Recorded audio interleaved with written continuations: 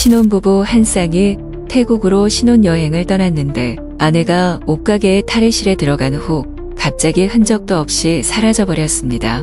옷가게 전체를 샅샅이 뒤졌지만 남편은 아내의 흔적을 찾을 수 없었고 경찰조차도 속수무책이었습니다.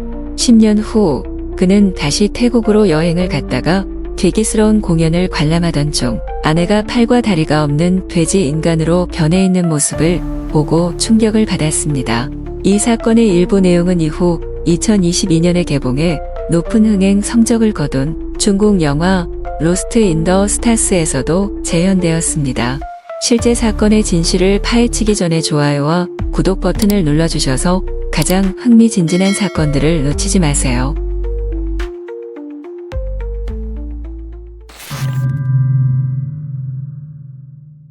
(1998년) 봄 태국 방콕에서 시작된 한 부부의 신혼여행은 원래라면 달콤한 추억의 시작이 될 장소였지만 뜻밖에도 끝없는 악몽으로 변해버렸습니다. 당시 태국 여행은 아시아 사람들 사이에서 엄청난 인기를 끌며 붐을 일으키고 있었습니다.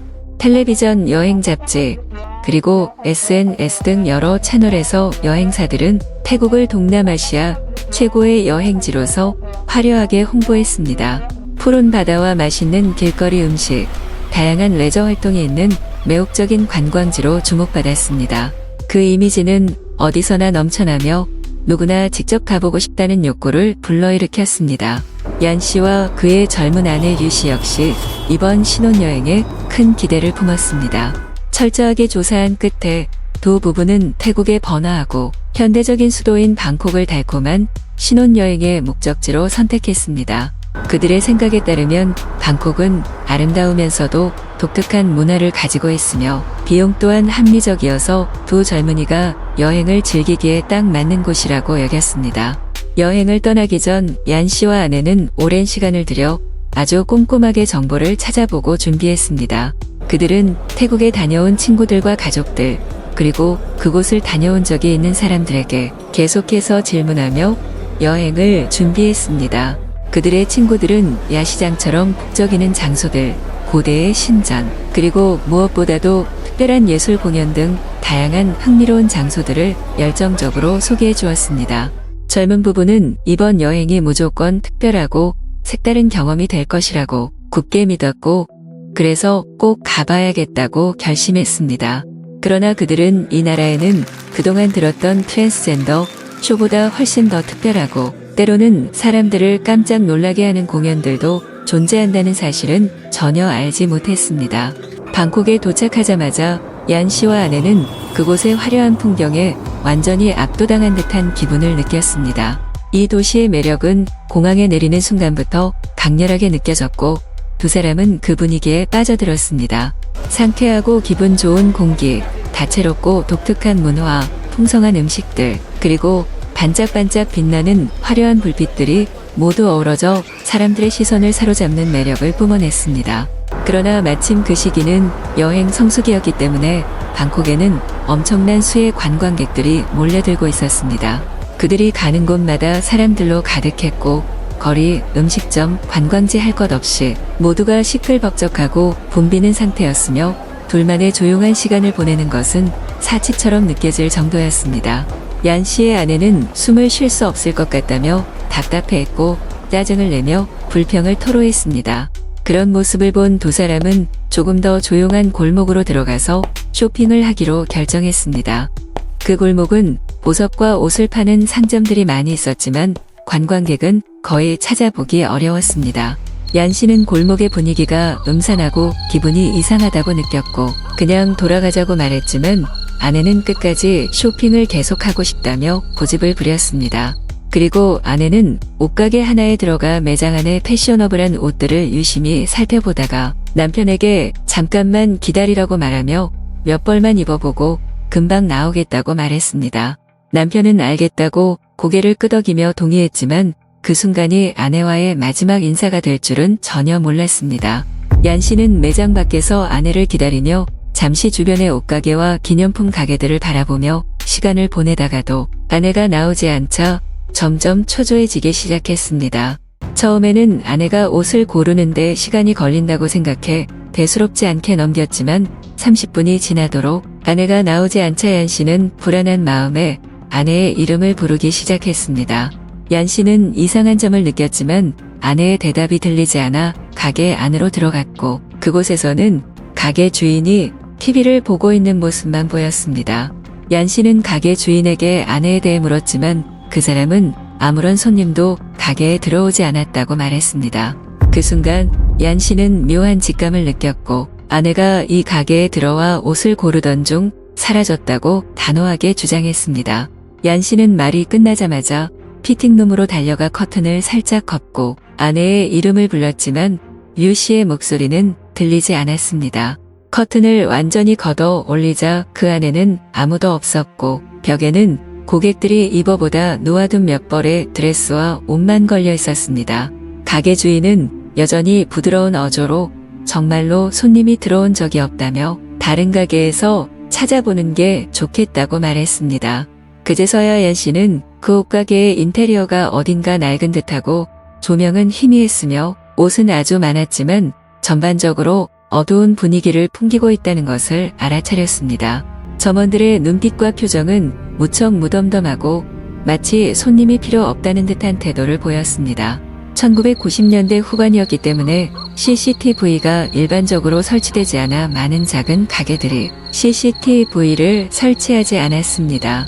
게다가 그들이 들어간 골목 자체도 CCTV가 설치되지 않아 얀 씨는 아내를 찾을 단서를 잃게 되는 불운을 겪게 되었습니다.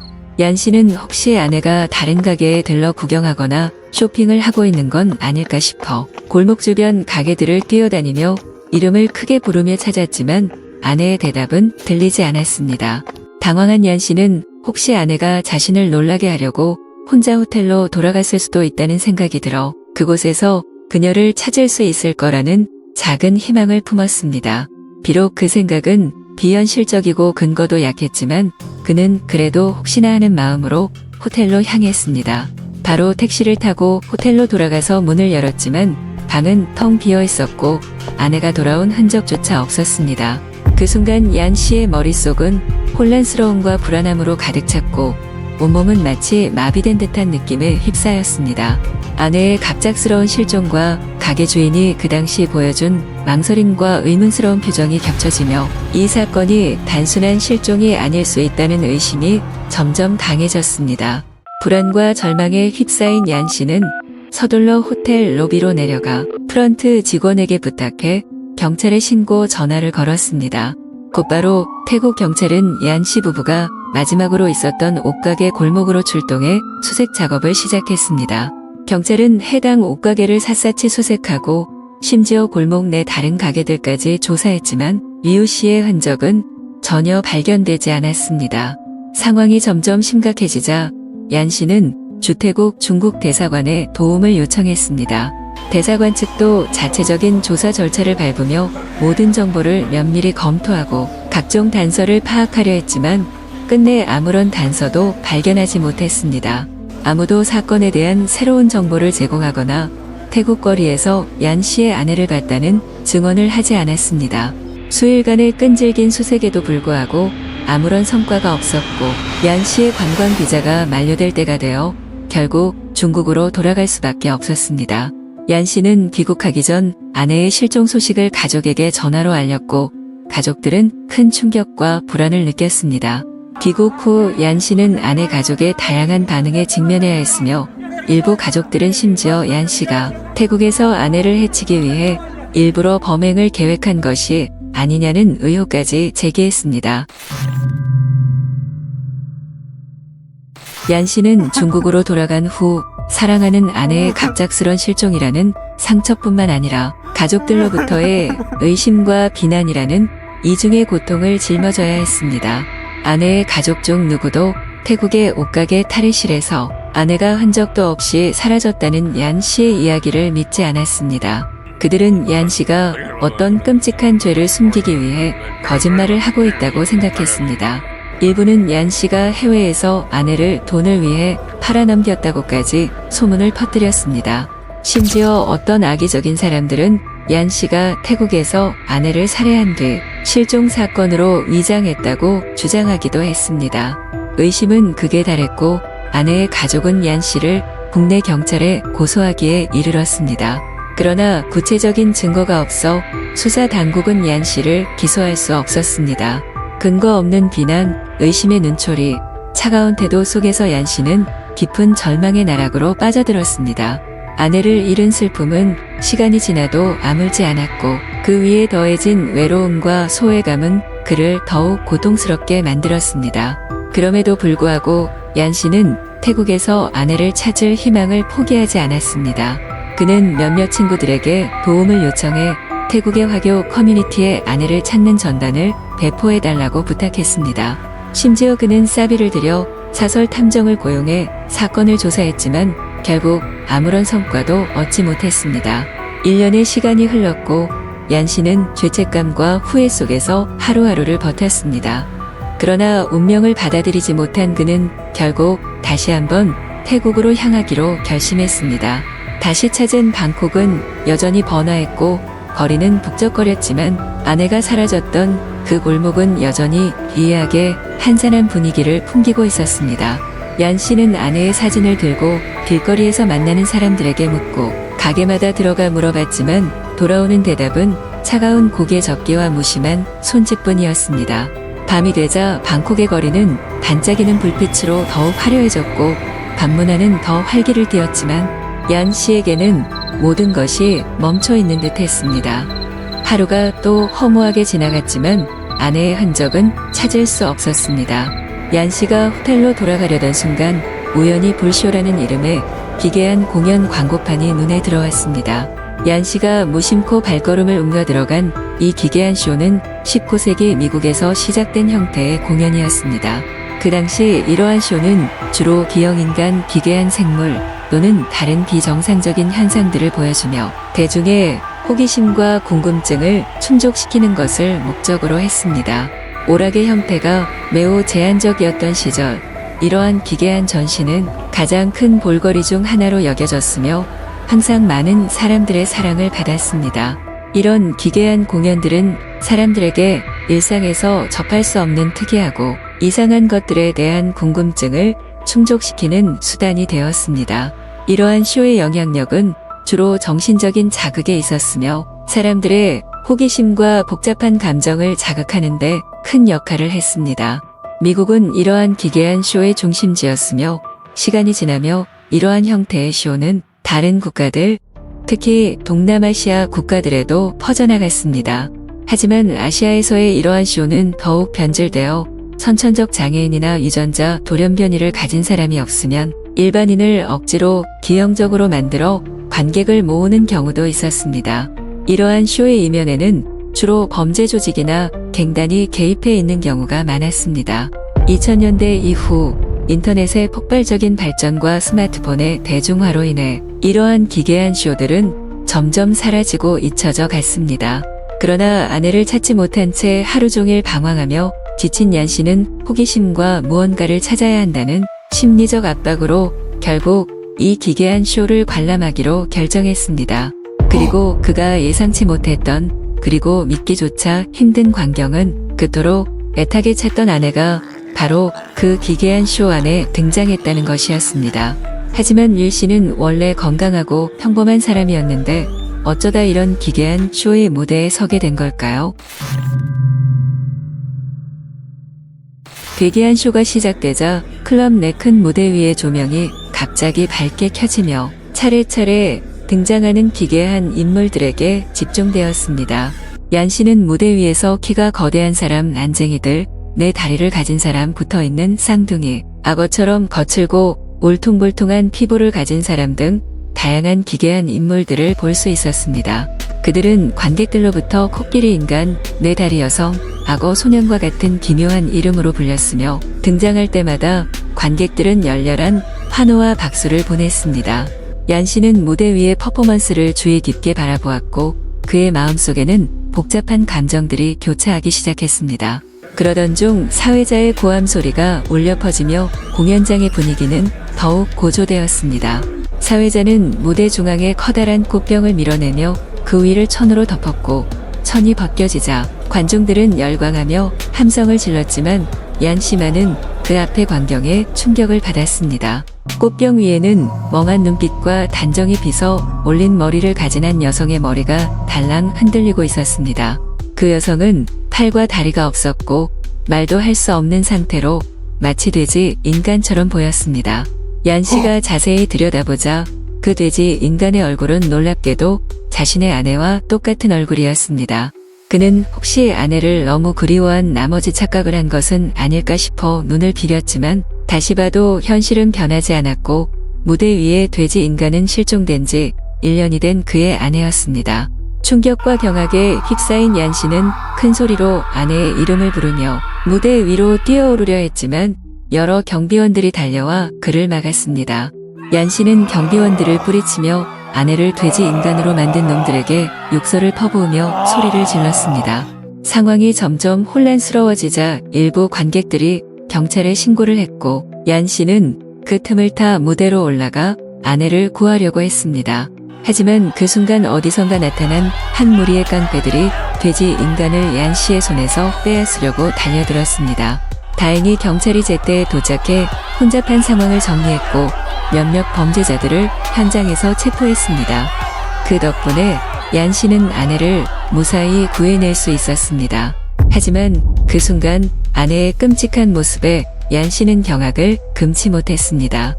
그녀의 팔과 다리는 이미 잘려나가 있었고 심지어 그녀의 목소리가 나오지 않도록 약물까지 투여되어 있었습니다. 얀 씨는 인간의 모습조차 잃어버린 아내를 끌어안고 눈물을 흘리며 병원으로 달려갔습니다. 태국 경찰은 곧바로 이 끔찍한 괴기쇼의 배후 세력들을 체포하기 위해 수사에 착수했습니다. 신문을 통해 류 씨의 실종 사건의 진실이 마침내 드러나기 시작했고 이 사건 뒤에 숨겨진 인신매매 조직의 잔혹한 실체가 밝혀졌습니다. 범죄 관련자들의 자백을 통해 경찰은 충격적인 사실을 알게 되었습니다. 이 사건은 외국인 관광객을 타겟으로 삼는 태국의 인신매매 조직이 연루된 일이었습니다. 그들은 여성 손님을 노리기 위해 의류 매장을 위장해 납치 작업을 치밀하게 계획했습니다. 얀 씨의 아내가 옷을 구경했던 매장을 다시 수색한 경찰은 피팅룸 뒷벽에 아주 잘 숨겨진 비밀의 문을 발견했습니다. 그 벽 뒤에는 다른 상점으로 연결되는 비밀 통로가 숨겨져 있었습니다. 체포된 범죄자의 진술에 따르면 류 씨는 아마도 약물에 취해 쓰러진 상태에서 이 비밀의 문을 통해 다른 상점으로 옮겨졌을 가능성이 높았습니다. 그 후 비밀 통로를 지나 다른 상점으로 옮겨진 피해자들은 미리 대기 중인 소형 트럭에 실려 인신매매 조직의 은신처로 끌려간 것으로 밝혀졌습니다. 그것이 바로 얀 씨가 가게 앞에서 아내를 기다리는 동안 류 씨가 쇼핑하러 갔다가 사라진 이유였습니다. 경찰에 따르면 이 비밀 통로는 육안으로는 거의 발견할 수 없을 정도로 정교하게 설계되어 있었습니다. 이것은 왜 이전에 얀 씨와 경찰이 아무리 철저히 수색했어도 류 씨의 행방에 대한 아무런 단서도 찾지 못했는지를 설명해 줍니다. 태국 경찰은 이 의류 매장이 원래 평판이 좋지 않았으며 이 비밀 통로를 통해 여성들을 납치하는 범죄 활동의 은폐 장소일 가능성이 매우 높다고 밝혔습니다. 많은 관광객이 이러한 범죄 조직의 희생자가 되었고 일부는 살아있는 혈액은행으로 전락했고 다른 일부는 정부 관리들을 위한 장기 공급원이 되었습니다. 그들의 몸속에서 뽑은 붉은 액체와 신체 부위들은 아시아 전역으로 유통되며 값이 매겨졌습니다. 경찰의 진술에 얀 씨와 주변 사람들은 몸서리를 쳤습니다. 사기, 납치, 장기 적출은 많이 들어봤지만 이렇게 대놓고 벌어질 줄은 상상도 못했습니다. 범죄 조직의 한 인물은 성인 한 명의 장기 판매로 수십만 달러의 이익을 남길 수 있다고 주장했습니다. 아시아 여성의 가격도 낮지 않으며 백인 여성일 경우 그 가격은 10배 이상으로 치솟습니다. 이것은 허구가 아니라 무서운 현실입니다. 매년 수만 명의 피해자가 이 끔찍한 소용돌이에 휘말립니다. 그 비밀의 문 뒤에는 어린 여성들을 노리는 범죄 조직의 깊은 범죄의 나락이 있었습니다. 그들은 붙잡히면 매춘부로 팔리거나 더 끔찍하게는 장기를 적출당할 수도 있었습니다. 일부 피해자들은 사지가 절단되고 고객에게 서비스를 제공하기 위해 구걸을 하거나 괴상한 쇼에 참여하도록 강요받기도 하는데 얀 씨의 아내가 그 예입니다. 태국 경찰은 얀 씨의 아내를 납치한 주범을 찾아내지 못했지만 인신매매 조직과 관련된 범죄자 103명을 검거했으며 그 중에는 태국 군대의 고위 장교도 포함되어 있었습니다. 구출된 피해자들 대부분은 살아남지 못했고 일부는 구조된 후에도 납치와 고문이라는 지옥 같은 기억에 시달리며 기도했습니다. 류 씨는 남편의 품에 안겨 고향으로 돌아가 치료를 받았으나 몸이 더 이상 온전치 못해 공황 상태에 빠졌고 누구도 만나려 하지 않았습니다. 거기에 납치와 감금의 시간 동안 받은 심리적, 육체적 고통이 그녀를 더욱 절망하게 만들었습니다. 류 씨는 가족의 돌봄과 식사를 거부하며 하루 종일 집안에만 틀어박혀 있었고 자신의 모습이 남들에게 공포를 줄까 봐 외출조차 하지 못했습니다. 그렇게 시간이 지나고 류 씨는 심신의 쇠약과 오랜 단식으로 결국 세상을 떠났습니다. 많은 사람들이 이 이야기를 도시 전설로 여기지만 많은 사람들은 그것이 사실이라고 믿고 있으며 그 끔찍함과 잔혹함 때문에 시간이 지나면서 잊혀졌습니다. 사실 많은 나라에는 여성 납치를 전문으로 하는 범죄 조직이 있습니다. 그들은 소녀들의 사지를 절단하여 장애인 거지로 만들었습니다. 말을 듣지 않으면 먹을 것도 주지 않고 감금하며 감옥 같은 곳에서 살게 합니다. 외모가 뛰어난 여성들은 매춘업소로 팔리거나 국경을 넘어 다른 나라로 팔려가는데 이 범죄 조직은 조직적이며 여러 고위 관계자들과도 연계되어 있어 근절이 매우 어렵습니다. 2022년에 개봉한 영화 로스트 인 더 스타스는 이 부부의 비극적인 이야기를 모티프로 삼은 것으로 알려졌습니다.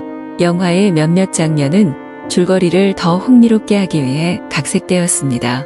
여러분은 이 소름 끼치는 이야기에 대해 어떻게 생각하시나요? 영상 아래 댓글로 남겨주세요. 다음 끔찍한 사건들을 놓치지 않으려면 구독 버튼을 꼭 눌러주세요. 여러분의 응원이 저희가 더 흥미롭고 충격적인 사건들을 전하는데 큰 힘이 됩니다. 시청해 주셔서 감사합니다. 다음 영상에서 다시 만나요.